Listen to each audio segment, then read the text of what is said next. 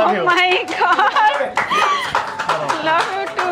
সারা জীবন থাকতে চাই এইভাবে। ওকে, এই যে মামাটা, ছোট্ট মামাটা আমার বাবাকে গিফট দিতে আসছে, ওই দেখেন কতটা কিউট। এই যে দেখো 5 বছর অতিবাহিত হওয়ার পরে কিন্তু আজকে আমাদের স্পেশাল একটা দিন, সেটা হচ্ছে ম্যারেজ ডে। আর ম্যারেজ ডে উপলক্ষে কিন্তু এখন পর্যন্ত কিন্তু সবাই কিন্তু দেখেন এখানে কিন্তু বসে গেছে, এখানে কিন্তু সবাই কিন্তু খেতে বসে গেছে, কিন্তু এখন পর্যন্ত কিন্তু আমি ওরে কিন্তু গিফট এখনো দিইনি, ঠিক আছে? এখন সে গিফটের পালা, ঠিক আছে? তুমি কিছু ফিল করতে পারছো তোমাকে আজকে স্পেশাল একটা গিফট দিব?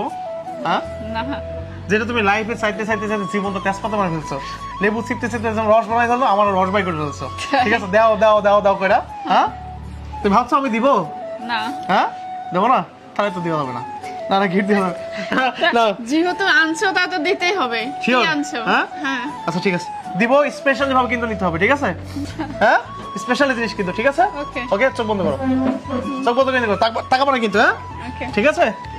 ওকে, হ্যাঁ, তাকাবো না কিন্তু, ঠিক আছে? তাকাবো না কিন্তু,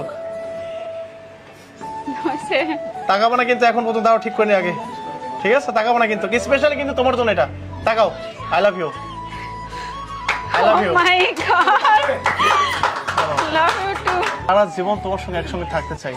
আমিও তোমার সাথে একসাথে থাকতে চাই। তো এত বড় গিফট আমাকে দিবে আমি কখনো ভাবতেই পারি নাই। আসল কথা, ওর জন্য কিন্তু এটা স্পেশালি ভাবে বানানো হয়েছে, কারণ অনেকদিন ধরে বলতেছিল যে আমার একটু সেট দাও, সেট দাও, সেট দাও।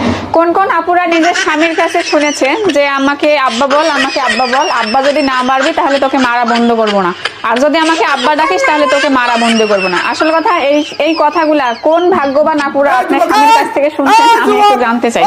আমি বেশি আমার স্বামীর কাছ থেকে শুনেছি, ঠিক আছে?